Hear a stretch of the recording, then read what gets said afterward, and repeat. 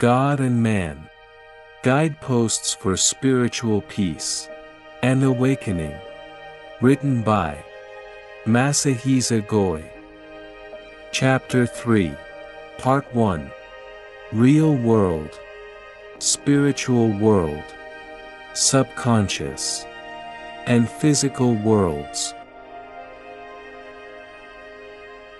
In the previous chapter, I have explained the nature of human beings in general and somewhat abstract terms. In this chapter, I would like to describe in further detail what a human being is. Some theologians advocate the theory that human beings are karma-created beings, or the cause and effect theory, saying that human beings can never escape from the world of cause and effect. However, I would like to clearly declare here that human beings are not originally karma-created.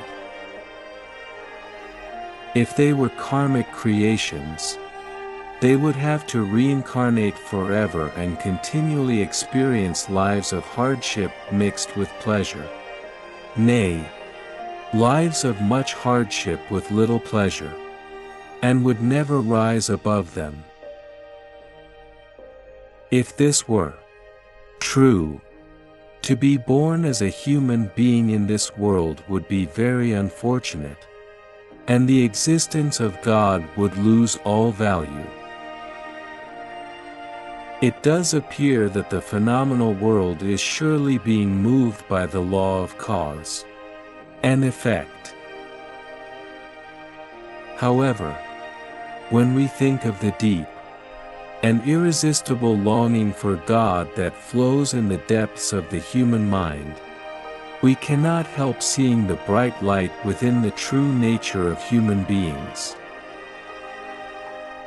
I have deeply pursued the spirituality of human beings, and have known through real experience the oneness of human beings with God, that they are children of God, and are even God itself.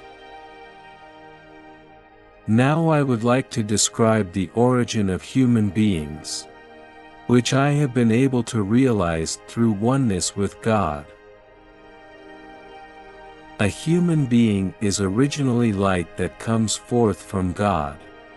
Light is mind. God is all of everything. Infinite wisdom, infinite love, and infinite life. However, if God moves just as it is, nothing will appear in the world of forms and shapes.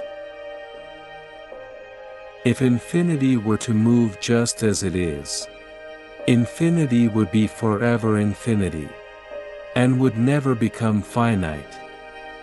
However, actively one moves, it still remains one.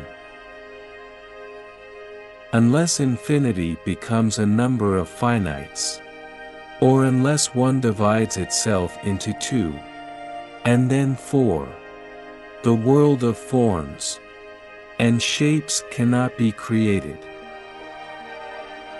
At a certain time, God, who is light itself, suddenly radiated a great variety of individually distinct rays that had been previously kept unified. From that time forward, the creative activities of God began. First, God divided itself into heaven and earth. Certain rays called the sea divinity, the mountain divinity, and the tree divinity created the world of nature, and set its life activities into motion. Other rays created the animal world, and the remaining rays, called direct spirits, created the human world. Here God is one, and at the same time, many. Now, this direct spirit, which is a ray of divine light, is the original human being, or man, that I have been writing about. At this stage, the first karmic cause has not yet appeared. These direct spirits moved and radiated various waves of rays, creating the spiritual world and giving form to individual spirits. Each individual spirit exerted creative power through the rays. Mind, given by the direct spirit, and created the subconscious and physical worlds. At a certain time, they lived in the subconscious world, clothed only in the garment called the subconscious body. Then at a given time, they became engaged in the creative activity of the physical world, clothed in the garment called the physical body over the subconscious body. Metaphorically speaking, if the spiritual body is the interior, or the body, the subconscious, ethereal body is the first layer of clothing, or the shirt, and the physical body is the jacket, or the heavier garment. These three embodiments are composed of vibrations of light.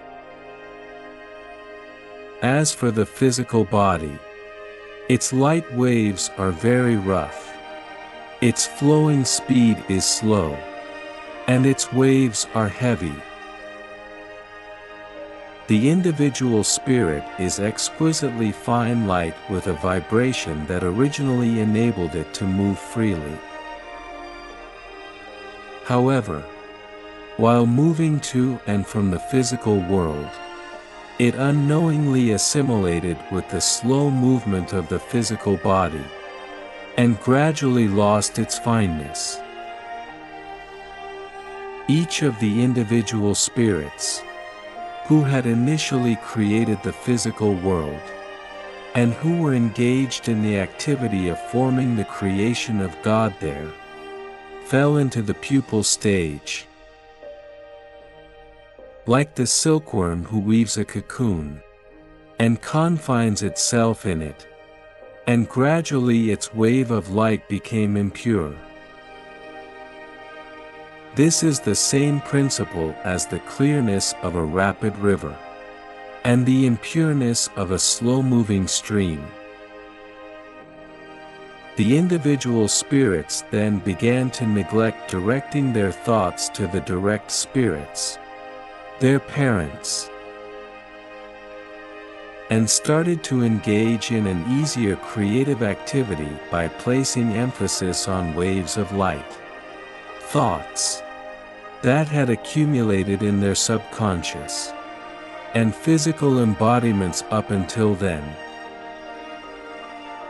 At that point, human beings began to restrict themselves, placing their attention mainly on life in the physical world.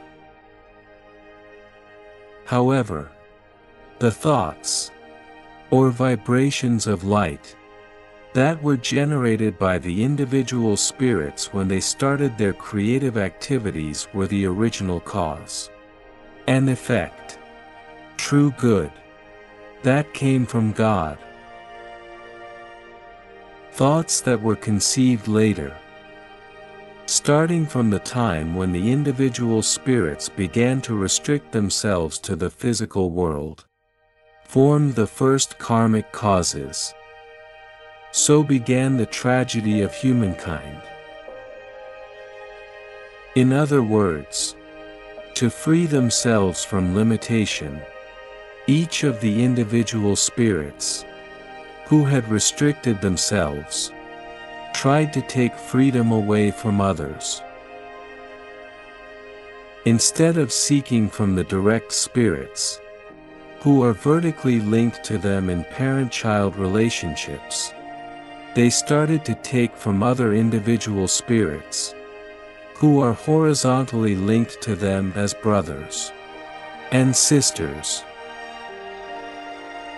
That is, they started to take from the horizontal rather than from the vertical plane. They began the history of struggle, using thoughts, knowledge, that had accumulated in their subconscious, and physical consciousness, along with their physical strength, to fight against one another. Occasionally, however, from the physical bodies in which they had confined themselves, and are now still confined, they glimpsed through a gap the face of God and saw God's light. Then they cried out in prayer to the direct spirits for help, finding their former light among the accumulated thoughts. This was the beginning of the religious mind. The relationships mentioned above will be explained in illustrations.